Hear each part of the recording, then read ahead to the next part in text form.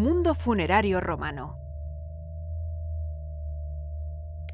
En Gladiator, una de las películas más famosas de Ridley Scott, el lanista, el empresario de juegos gladiatorios, le dice al protagonista, Máximo Décimo Meridio, con gran solemnidad antes de ser estoqueado: somos sombras y cenizas.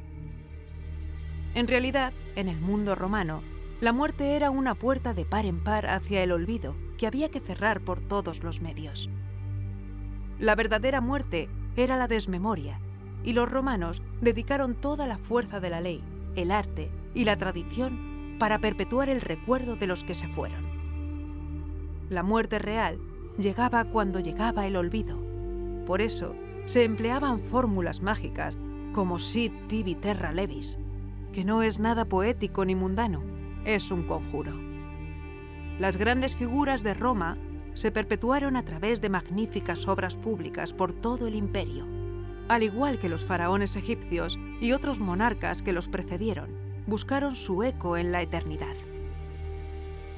Resulta bien conocida la monumentalidad romana de su edificación civil, la ciudad de los vivos. Sin embargo, su ciudad de los muertos, el mundo funerario, nos resulta mucho más misterioso y desconocido. Vamos a adentrarnos en este mundo funerario romano para conocer sus cultos, sus ritos y sus monumentos.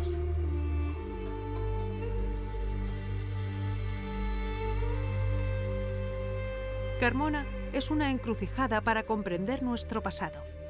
Es una posición estratégica, por eso su importancia en la antigüedad crecía exponencialmente durante las guerras. Elevada sobre el valle del Guadalquivir y los Alcores, Carmona es un heraldo de la civilización desde los comienzos de la historia. ¿Qué significa para el conocimiento arqueológico del mundo romano la necrópolis de Carmona? Es el primer yacimiento arqueológico que se abre a la visita al público en España. Fue en 1885. Se excavaron y se han documentado y se reconocen al menos 250 monumentos funerarios de carácter colectivo. ¿Y quedarán todavía tumbas sin descubrir? Sin ir más lejos, el año pasado realizamos unas prospecciones geofísicas y los resultados de las mismas indican que posiblemente hay el doble de monumentos funerarios de los que hasta ahora son conocidos. Estamos hablando, por tanto, de una necrópolis con más de 500 monumentos funerarios, es decir, 500 grandes tumbas que además tienen un antepasado, una necrópolis tartésica, por lo tanto, realmente un lugar muy importante en la arqueología española. ¿Quién lo descubrió? Se descubre de una manera fortuita en el siglo XIX, fruto del trabajo de unos aficionados locales y en ese momento de efervescencia arqueológica local llega un pintor anglo-francés, Jorge Bonsor, y entra dentro de este círculo junto a un farmacéutico de Carmona, Juan Fernández López, forman una sociedad, compran los terrenos y comienzan a excavar sistemáticamente todos los monumentos funerarios. George Bonsor, Jorge Bonsor como se conoce en España, aunó las tradiciones arqueológica y naturalista en su obra. Desde su casa museo de Mairena del Alcor, un castillo que el investigador adquirió en el primer tercio del siglo XX, podemos aproximarnos a él. Bonsor fue un pionero de la arqueología y su protagonismo en las excavaciones de Carmona es indiscutible. Fue, como todos, fruto de una época en la que los métodos y los objetivos eran sustancialmente diferentes a los actuales. Juzgarlo desde el presentismo sería un error. Junto a Juan Fernández López, realizó grandes excavaciones en la necrópolis romana y el anfiteatro de Carmona durante el último cuarto del siglo XIX.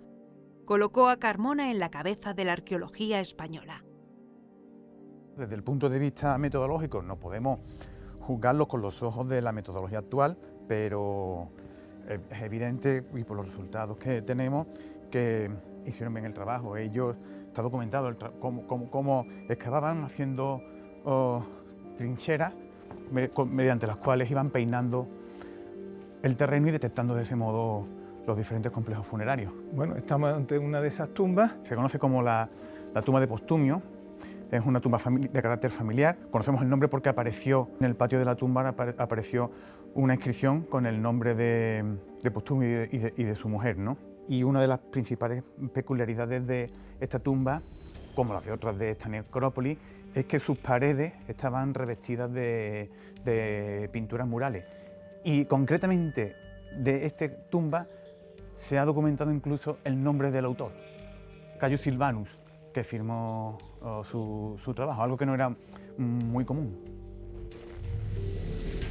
Durante algún tiempo se pensó que los ritos funerarios romanos eran muy rígidos. Durante un tiempo se enterraban por inhumación y durante otro por cremación. La realidad arqueológica nos demuestra que en verdad fueron mucho más flexibles y complejos, como demuestra esta curiosa tumba de Postumio en la necrópolis de Carmona. A mis pies, por ejemplo, se ve una tumba de inhumación y en los nichos de las paredes se depositarían las cenizas procedentes de la cremación. Dos modos de enterrar en el mundo romano. El mundo funerario romano bebe en una premisa básica: los vivos quedaban obligados para con sus muertos. Ese conjunto de obligaciones se llamó iusta facere, que es el conjunto de cultos, de honores que los vivos le debían a los muertos. En caso de que los vivos no la cumplieran, los muertos atormentados se vengarían de ellos. Desde la llamada Ley de las 12 Tablas, redactada durante el siglo V a.C., hasta un sinfín de disposiciones menores, todo lo tocante a la muerte y la custodia de las sepulturas estuvo legislado de manera pormenorizada en Roma. El principio fundamental era la justicia hacia el finado, la iusta facere, y la sacralidad del terreno funerario.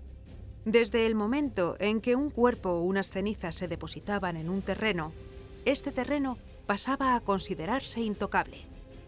Ojo, no las construcciones levantadas sobre él, sino la misma tierra en la que se habían depositado los restos mortales de una persona. Así, la exhumación de un cadáver para su traslado se convirtió en una fuente de conflicto y en un acto legal y ritual de gran complejidad. La tierra que albergaba un muerto en su seno era inexpropiable. En la cultura romana casi todo se encontraba reglamentado y el mundo funerario no podía ser una excepción.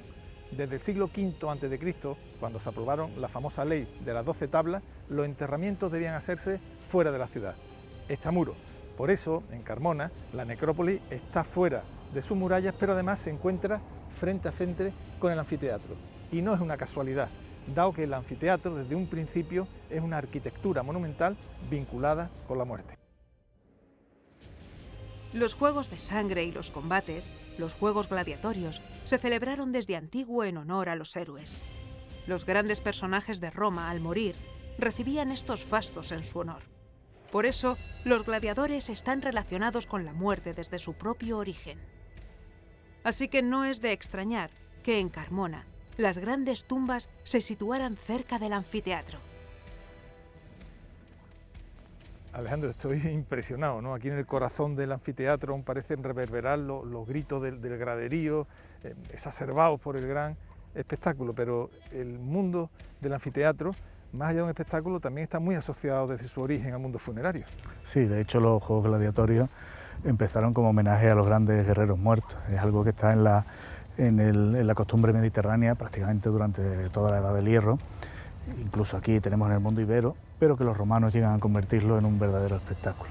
Pero en el anfiteatro no solamente había muertes vinculadas a la lucha gladiatora. Claro, el anfiteatro indica a cada romano cuál es su sitio en el mundo, quién está en la grada de abajo, en la de en medio, en la de arriba y quién tiene que estar en la arena.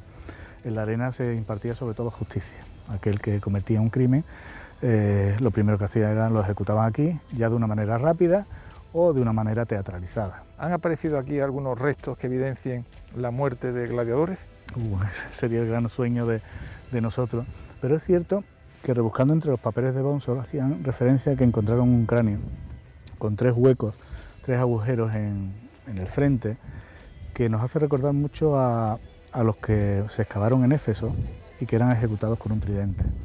Entonces no sería descartable que esa fosa en la que aparecieron más huesos fuera realmente esa fosa común de esos gladiadores, pero que desgraciadamente hemos perdido. Desde el inicio el anfiteatro se construye sobre unas tumbas que ya existían aquí, después sigue habiendo tumbas después de haberse construido el anfiteatro. Anfiteatro y muerte y necrópolis han estado siempre vinculadas aquí en Carmona. La espectacularidad de algunas tumbas romanas, bien sea por su arquitectura, bien por su delicado trabajo escultórico, alcanza su cenit en el Próximo Oriente. Los grandes sarcófagos que pueden contemplarse en Turquía son un verdadero deleite. Cada una de estas piezas singulares fue un panteón familiar.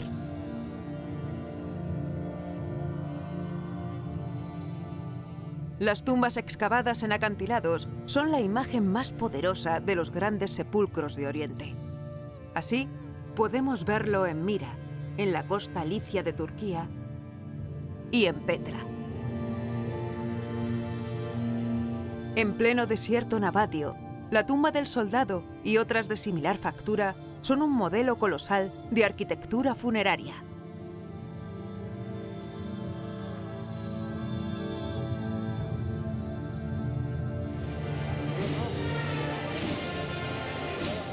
La mayor parte de las cofradías y hermandades de la actualidad se constituyeron como mutuas funerarias de un gremio particular en torno a una imagen devocional. Pero este no era un fenómeno genuino. Como casi siempre, en Roma se habían adelantado, fundando colegios funeraticios, cofradías o mutualidades que se preocuparon de dar sepultura a sus miembros. Se pagaba una cuota en vida, que daba derecho a las ceremonias y a la cremación y custodia en columbarios y panteones. Veo los nichos en la pared, claramente un monumento funerario, pero aquí aparece una estructura que recuerda a un triclinio, un comedor romano. ¿Cómo es esto posible? Efectivamente, es un triclinio en época romana. Dentro del ritual funerario, los banquetes fúnebres formaban parte importante de los mismos. ¿Esto eran a través de la familia o había alguna hermandad o algún tipo de asociación que los patrocinaba? No todas las familias tenían la posibilidad y la capacidad económica para tener su propio monumento funerario. Personas menos pudientes se asociaban pagando unas cuotas. La edificación de mausoleos debía ser extramuros, porque los enterramientos en Roma tenían que hacerse fuera de la ciudad. El mundo de los muertos y el de los vivos se separaba específicamente. Y se cuidaba sobremanera la protección de los difuntos y sus ajuares, como puede verse en la literatura epigráfica. Los museos de Cartagena o Baelo Claudia son un ejemplo claro. Las maldiciones son legendarias. Los emperadores y los grandes personajes de Roma se procuraron tumbas monumentales. Quizá el Ara Pacis, la tumba de Augusto, y el castillo de San Angelo, la tumba del emperador Adriano, sean dos de los casos más conocidos por todos. Muy cerca de la que fue tumba de Trajano, bajo su columna, célebre por recoger las hazañas del emperador en la Dacia, se ha excavado una tumba que no debería estar en ese lugar, salvo que estemos ante un personaje excepcional. Se trata de un monumento hecho con una inversión económica y constructiva muy importante, utilizando materiales de primer orden, como es el peperino, que es un material de gran resistencia. El monumento funerario tiene dos grandes fases constructivas. La primera fase constructiva, donde encontramos un enterramiento único, es decir, de una sola persona. Una segunda fase de época augustea, donde se entierran probablemente los descendientes de este gran personaje, que está situado en un área que es el Campo de Marte, que tiene una connotación peculiar, que es un lugar público.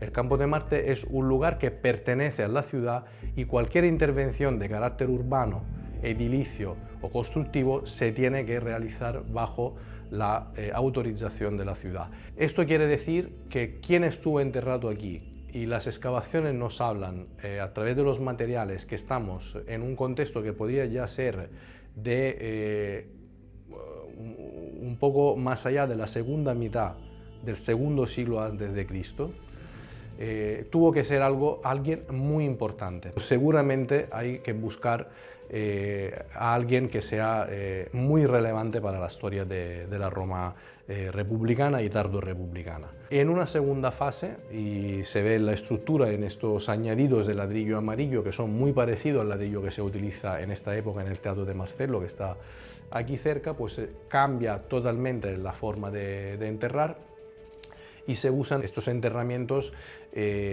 colectivos pero que aquí están limitados más o menos a 2 o 4 enterramientos más. Y se crea un nicho central que se ve luego en las reconstrucciones virtuales que hemos hecho del monumento, donde probablemente se recuerda al personaje que estuvo enterrado aquí en la fase original. El pavimento que veis a mis espaldas es un pavimento que nosotros comúnmente llamamos de Opus Signinum. Pertenece a la segunda fase de nuestro monumento funerario, es decir, a la fase augustea, y como podéis ver hay varias capas de pintura roja encima de él que servían de alguna forma a mantener libre de humedades y a desinfectar de alguna forma continuamente el pavimento y a dejarlo limpio. La influencia de las religiones orientales en Roma fue muy grande. En la antigua isla de Philae, en el lago Nasser en Asuán, Egipto, podemos ver varios espacios consagrados por emperadores romanos. La iconografía oriental fue incorporándose a Roma y las creencias mistéricas se filtraron en la religión romana, sobre todo a través de sus legiones. El sincretismo fue una fuerza poderosa. Este es un templo dedicado a Mitra en Britania, en el Limes del norte. Las legiones desplazadas en Siria llevaron el culto del dios Mitra a Occidente, y Carmona así lo refrenda. Nos encontramos en la tumba del elefante, una de las más icónicas, carismáticas de la necrópolis de Carmona. Es una tumba muy importante, muy hermosa, pero al mismo tiempo muy misteriosa. ¿Cómo se interpreta? Ha tenido muchas interpretaciones desde el momento que lo excavaron. De hecho, unos pensarán que era una tumba, otros que eran un triclinio colectivo, porque de hecho hay 3 comedores para hacer comida funeraria.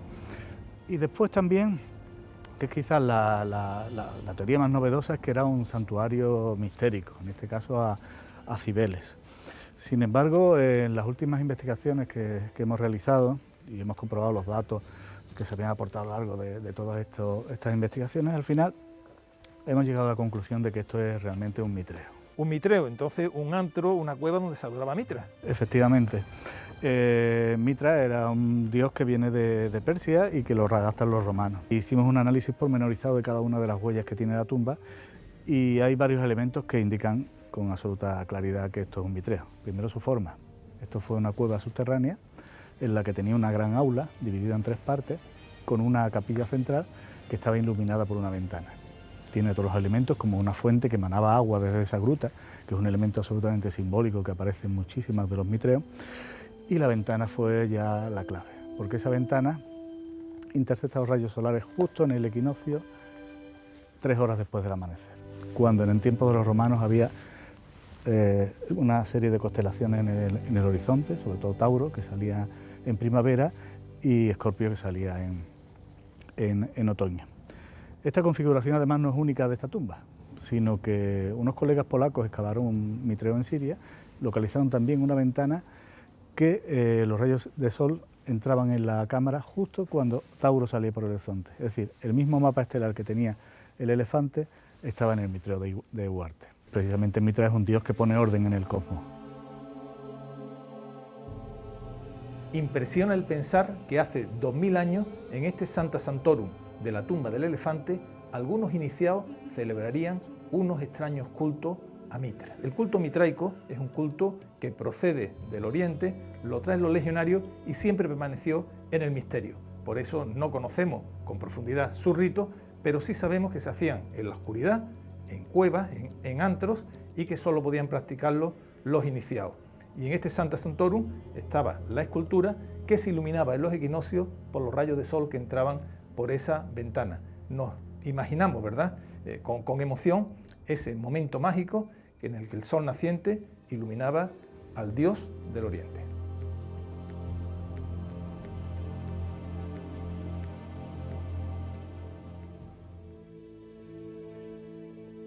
A veces resulta curioso ver cómo los modelos arquitectónicos funerarios se repiten.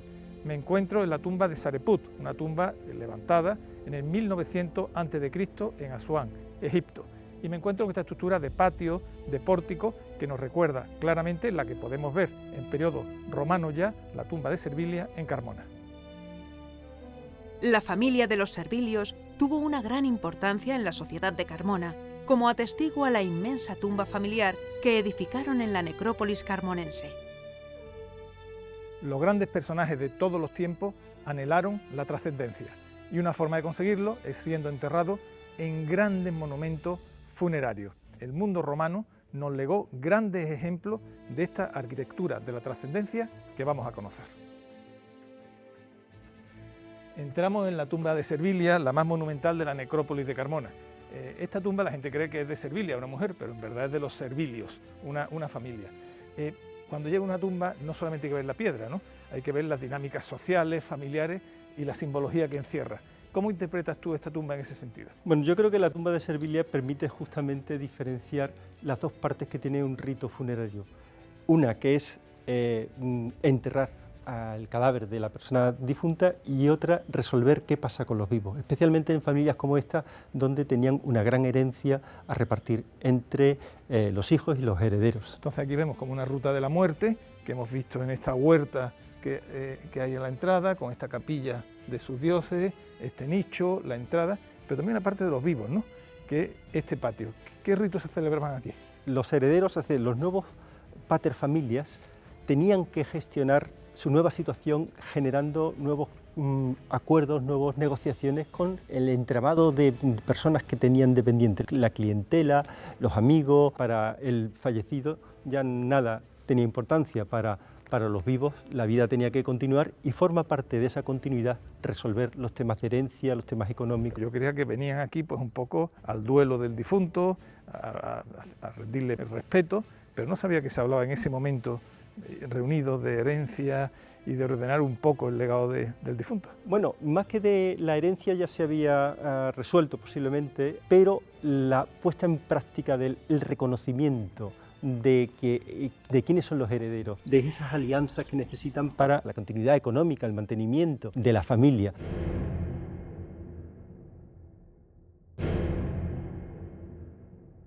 En el corazón de la tumba de Servilia, justo a las puertas de su cámara sepulcral, nos encontramos ante una pintura completamente excepcional.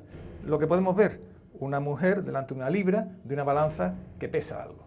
Inicialmente se pensó que era pues, una mujer pesando algún alimento cotidiano, pero el análisis arqueológico de la pintura, el comprobar que fue trazada con un material precioso como el lapislázuli, hizo determinar que tenía que ser algo más.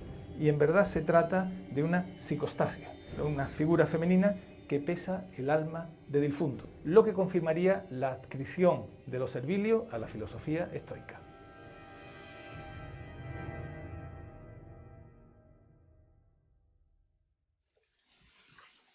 La dimensión de la Carmona romana puede verse también en el subsuelo.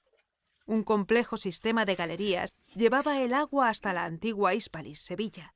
Hoy en día pueden recorrerse miles de metros de estas galerías, en las que no falta fauna autóctona como este gallipato. Junto a uno de los trayectos de estas galerías se ha excavado una tumba monumental, tumba que hoy en día forma parte de una casa. En el Museo de Carmona se han expuesto sus ajuares. Juan Manuel Román, arqueólogo municipal, nos habla de ella. Podríamos dividirla en dos partes. Una que no se ha conservado, que sería el monumento funerario que señalizaría la tumba en superficie, que seguramente sería una torre circular o un túmulo, y lo que nos queda, digamos, en la otra parte de la tumba, que sería la parte subterránea, constituida por un pozo de entrada, un pozo de acceso, y luego lo que es la cámara. La cámara, digamos, tiene unas dimensiones relativamente pequeñas, y tiene un total de 8 lóculi, 8 nichos donde se depositarían las urnas con los restos de los huesos de los difuntos, además de los objetos relacionados con los ajuares y las ofrendas funerarias. La mayor parte de las tumbas de Carmona, tanto del conjunto arqueológico como las que encontramos en las excavaciones urbanas, corresponden al siglo I, algunas al siglo II. momento en el que Carmona registró su mayor crecimiento tanto demográfico como urbanístico. En ese momento el ritual más frecuente era la cremación. Sin embargo, tenemos pruebas de que coexistió el rito de inhumación, o sea, el enterramiento directo del cadáver en una fosa, con el de cremación. El conjunto de materiales que ha aparecido dentro de la tumba es realmente espectacular y algunas de las piezas, digamos, ofrecen bastantes datos cronológicos, ¿no? Una lucerna de voluta, y por el tipo, por el pico triangular, sabemos que ese modelo en concreto solo se fabrica en época de Augusto Tiberio. O sea que ya tenemos una fecha mínima para lo que es la datación, digamos, de la tumba. Durante un tiempo que hemos calculado en torno a los 50 años, en torno al cambio de era, mediados del siglo I después de Cristo, la tumba está en uso y hasta que llega un momento que se clausura y queda sellada, ¿no?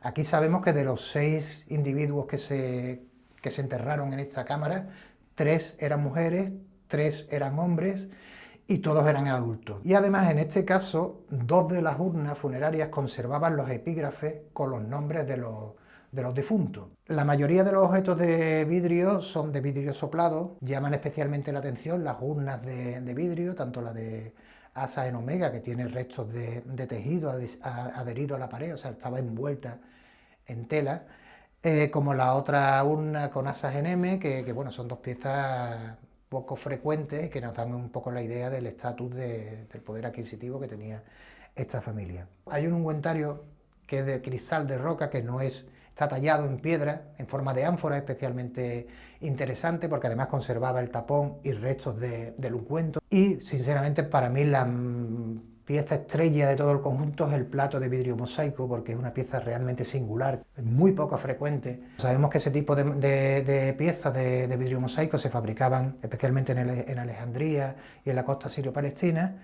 Luego hubo talleres en Roma, pero en nuestro caso tenemos algún fragmento en Inglaterra, algún fragmento del mismo tipo de platos, lo que pasa es que son trozos pequeños, digamos, pero que se ha fechado, además nos coincide perfectamente con la cronología que nosotros damos al mausoleo de principios del siglo I, y que la procedencia se ha estudiado que viene de Alejandría, o sea, una pieza de importación que llega desde Alejandría, ¿no? El cristianismo absorbió las costumbres funerarias romanas, aunque solo en parte. Para los romanos clásicos, la verdadera muerte era el olvido. No se preocuparon tanto del más allá como de perpetuar su recuerdo. Por eso, la peor pena que se les podía imponer era la damnatio memoriae, la destrucción de la memoria. Un castigo, por cierto, que también importaron del Egipto faraónico.